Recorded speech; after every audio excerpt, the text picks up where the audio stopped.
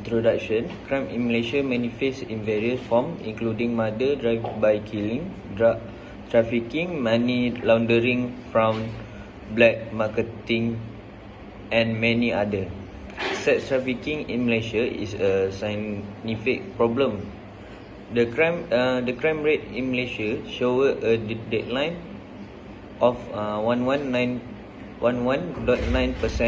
in 2018 compared to the previous year. However, the public perception of crime did not improve. According to the Royal Malaysia Police in 2014, the cities and towns with the highest number of criminal cases in descending order were Petaling Jaya, Johor Bahru, Bukit Mertajam, Ipoh and Kuantan. Prevalence of scam-related crime in Malaysia over a 6-year period from 2012 to 2017. Each year represented by the number of reported victims, offering valuable insight into the dynamic of scam activity and the potential impact on the Malaysia populace. Features. A key feature discernible in this graph is a fluctuation in the number of scam victims from 2012 to 2017, starting with 4,001 victims in 2012. The figure saw variation reaching a peak in 2013 with 4,485 victims, followed by a slight decline in 2014 with 4,477 victims, notably individual. The year 2017 stand out with a substantial drop, recording only 296 scam victims. These features shed light on the evolving nature of scam crime in Malaysia over the given period. When comparing the data across the year, distinct trends emerged.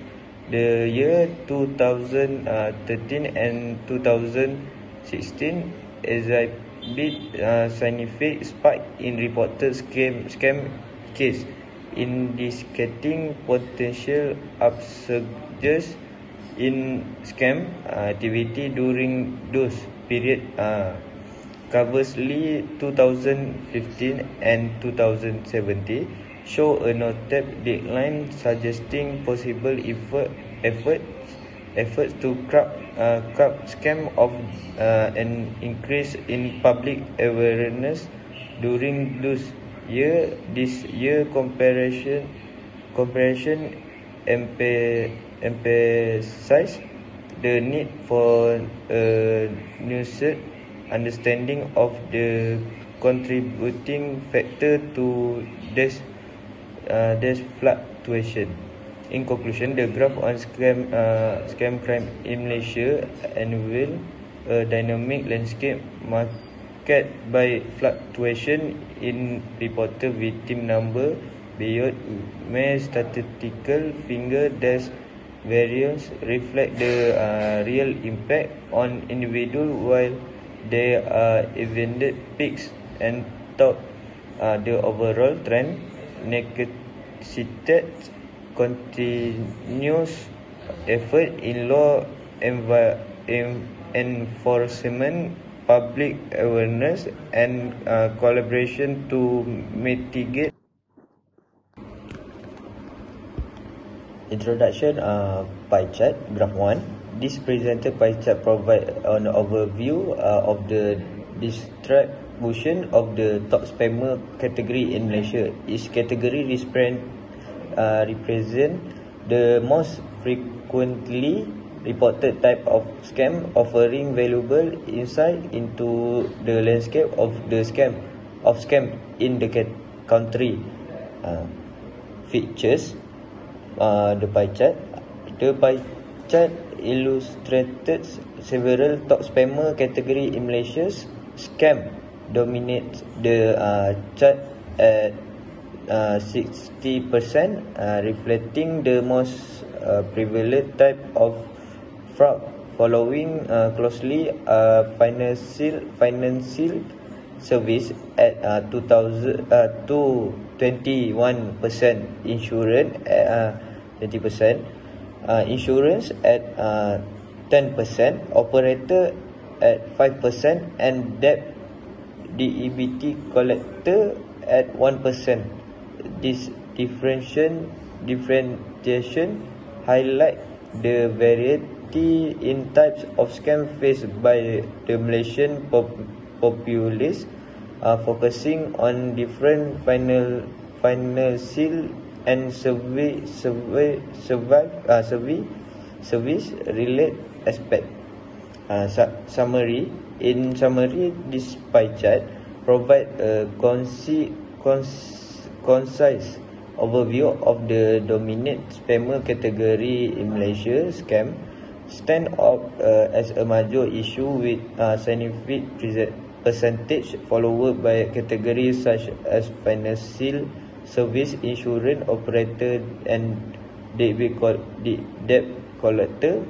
Understanding this distribution offer a comprehensive view of the challenge of scam faced by the community in Malaysia. Conclusion from this pie chart, we can conclude the scam pose a significant threat in Malaysia, with scam dominating the percentage distribution. Public awareness and understanding of the modus operandi of the spam perpetrators are crucial to combat and mitigate potential negative impact. Authorities and stakeholders need to collaborate to intensify prevention effort and public education to counteract the various active spam perpetrators in the country. Thank you. Assalamualaikum and good morning to Madam and everyone. My name is Muhammad Aiman Hakimi bin Muhammad Hairil. My matrix number is 17 DTK 21F 2002. Okay, I want to present the statistic of rape crime that occur in Malaysia. Okay, for the introduction, the presented graph sheet highlight the discussion surrounding the incidence rate of rape crime in Malaysia over the past few years. The recorded data illustrate change in the number of incidents from 2003 to 2011, with 4,000 individuals affected. This graph provides an overview of the trends and challenge associated with this determinal crime. Okay, next for the futures, prominent features in this graph is the variation in the number of rape incidents from 2003 to 2011, starting with the 1,400 individual in 2003. The graph steadily increased, reaching its peak in 2006 with 2,400 individual, before showing the decline in 2010 2007 with 2,000 individual. Although there was a resurgence in 2009 with 2,700 individual. The graph indicates individual in 2011 analysis. The features present trends a change in the dynamic of rape crime in Malaysia. Okay, next for the comparison. Okay, next for the comparison. When comparing the data each year, noticeable difference immigrant. The year 2006 recorded the highest number, while 2007 showed a significant decline. Long-term affected are also evident when comparing the 2003 to 2011. We are rape incidents exhibit significant change. The increase in 2009 serves as an intriguing focal point. Yearly analysis the critical to understanding long-term dynamic and assessing the effectiveness of prevention measure and legislation.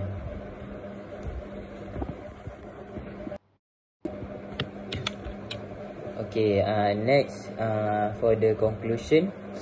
Overall, this graph narrates the story of rape crime in Malaysia by illustrating striking variation from year to year, with figures reaching 4,000 individual. It is crucial to continue focusing on prevention effort, public awareness, and effective legislation to address this issue. With a decline in 2011, effective measure need to sustain it to ensure safety and well-being of the community. About my pie chart,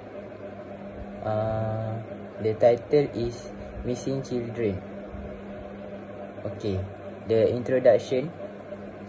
The presented pie chart offer a comprehensive depiction of missing children case, categorizing them into distinct classification. Each category reflects a particular circumstance contributing to the issue of missing children. This visual representation serves an valuable tool understand the prevalence of each category. An informed effort aimed at addressing the deserved challenge associated with missing children. Okay, next, the summary is, in the summary, the pie chart provide a nuanced in understanding of the complexities surrounding missing children. The dominance of runaway underscores the challenge related to home environment, migration. Highlight the influence of family dynamic and migration on missing children. The category lost, injured, or otherwise missing emphasize the deserved circumstance contributing to this societal concern and the rarity of criminal education signal the need for targeting intervention.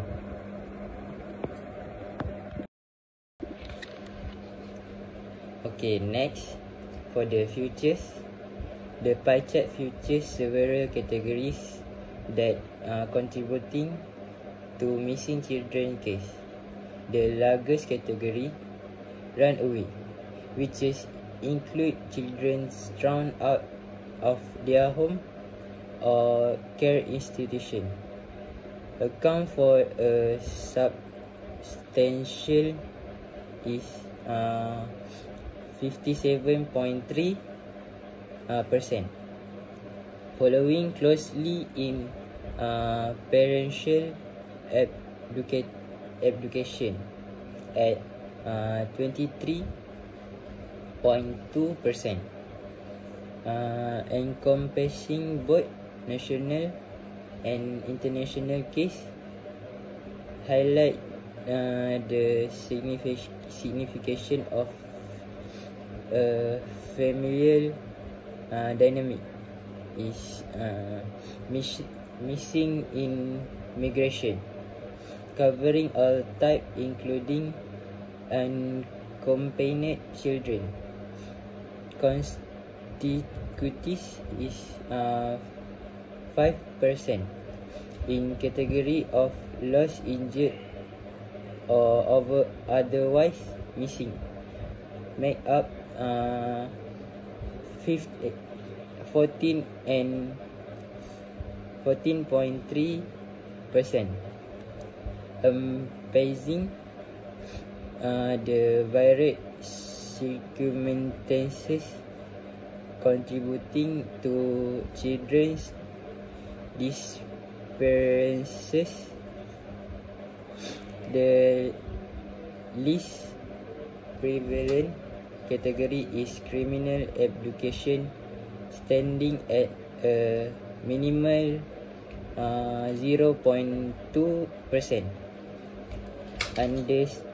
underscoring the rarity of occupation.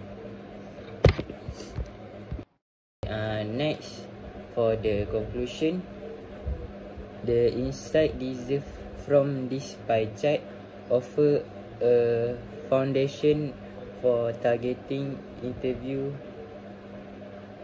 and police to address the multifaceted issue of missing children by recognizing the prevalence of each category.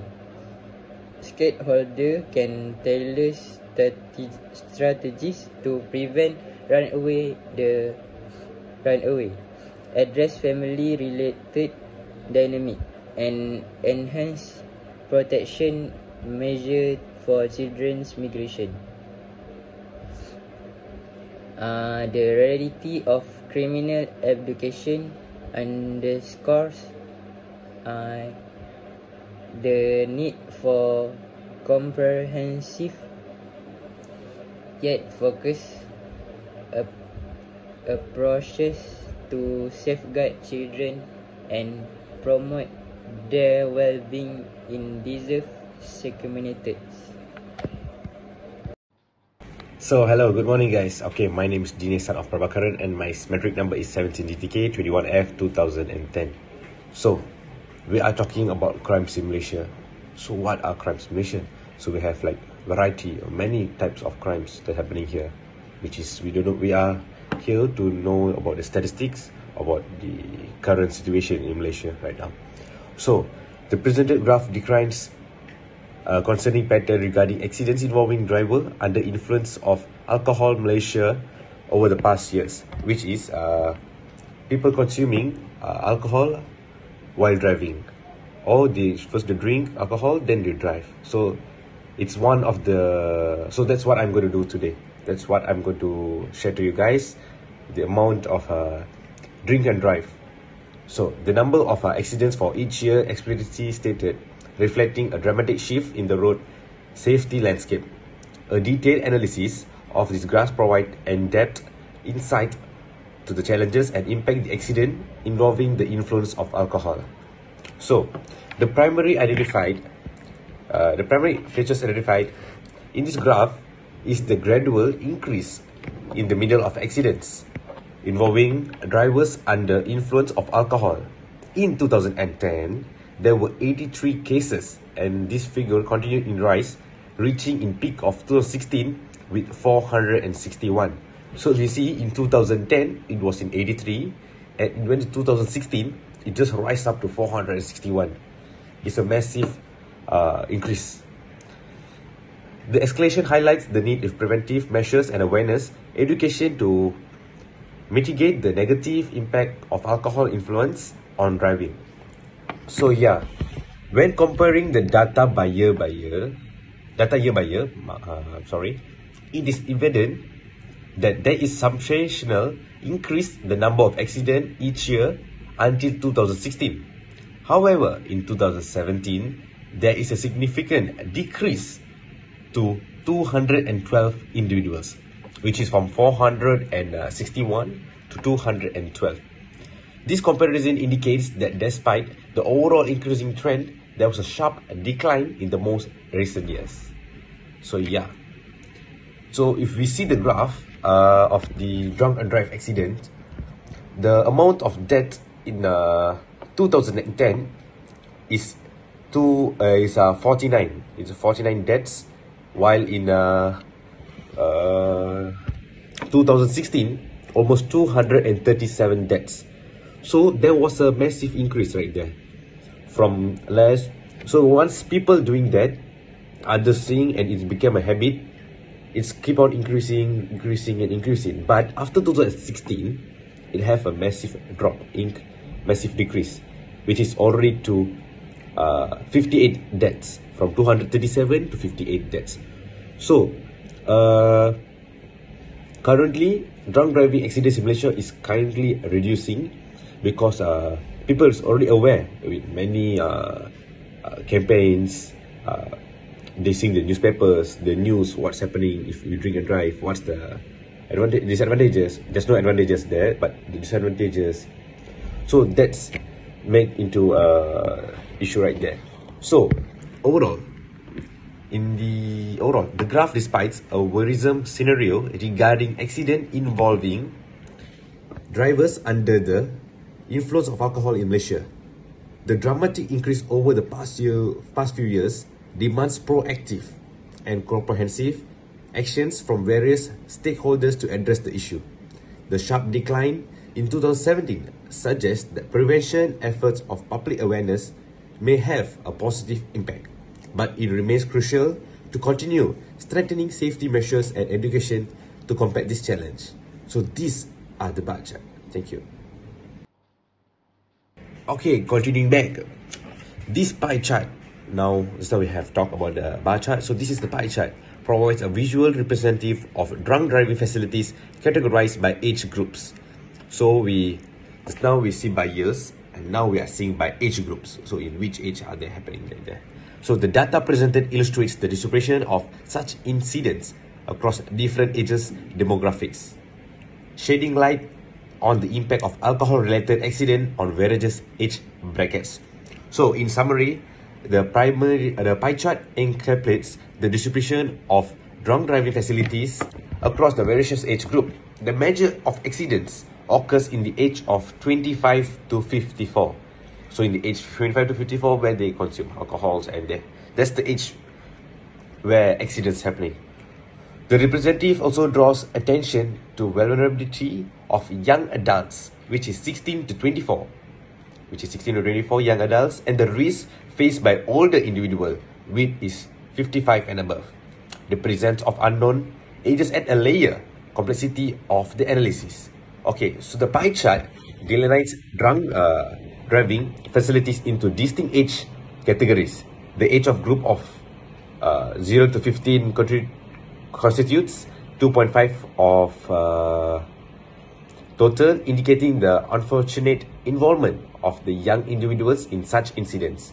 The age range of 16 to 24, 24.48%, underscoring the vulnerability of young adults to the danger and drunk driving. The most significant portion is seen in 25 to 54 age group, accounting to 57.64%, reflecting the broader impact of individuals in the prime working years. The age group of 55 and above contributes 15.18%, highlighting the risk for older individuals. So they are facing almost 15.80%. It's quite high also. So a small portion of 0.2 falls into the unknown category, emphasizing the challenges in determining age in certain cases. So let's have a look in the graph. So the most majority is taken by, if you see, is the age of 25 to 54 years old. So here we would like to tell, like, please be careful, don't consume alcohol while driving, before driving. If after driving, it's actually not our problem at all, but while you're driving, please don't consume alcohol. So we are coming to the conclusion. From this visualization, in this incident, in this evidence, that drunk driving facilities affect individuals across a spectrum of age groups. The concentration and the incidence of age 25 to 24, 25 to 54 age range emphasizes the need for targeted interventions and awareness campaigns to address the demographic. So we have to do like campaigns to reduce that lah. So recognizing the specific vulnerabilities of younger and older age groups is the crucial of forming comprehensive strategies to reduce the impact of drunk driving incident on road safety. So I think this is the conclusion. So I think we have a solution there. Assalamualaikum and good morning to Madam and everyone. My name is Danish Aiman bin Mustafa. My matrix number is 17DTK 21F 2026. For introduction graph 4, the graph above shows breakdown of drug addicts in Malaysia from 2013 to 2020 by gender. The total number of people involved in this graph is 198 and 88 people. The survey was carried out among Malaysians. Features: it can be clearly seen male have the highest record than female in every years from 2013 to 2020. Comparison: the number of people who drug addict in 2016 was significantly higher than 2015. It can be seen that there were 29,660 male who drug addict, and there is 1,184 female drug addict in 2016. After that, we look up at 2015. There is 25,655 male who drug addict, and there is 1,013 female drug addict. As we can observe, it is a big difference between these 2 years. For the conclusion, it can be concluded that the higher amount of drug addict are in 2016 and the lowest amount of drug addict in Malaysia are in 2013, where there is 20,219 male and 668 female. But still, there is a lot of amount of people get drug addict. Introduction pie chart. The chart above shows statistics of drug users by age classes. The survey aims to investigate which of drug users are the most by age classes. Features: As you can see from the graph, a large majority of the drug users are from adults, which is 57%. Then the lowest drug users is from senior citizens with 8%. Then between with these two records is teenagers with 35%. Summary: it can be seen that exactly an eighth of senior citizens using drug, then above a third of teenagers are using drug, and exactly 57 adults using drug.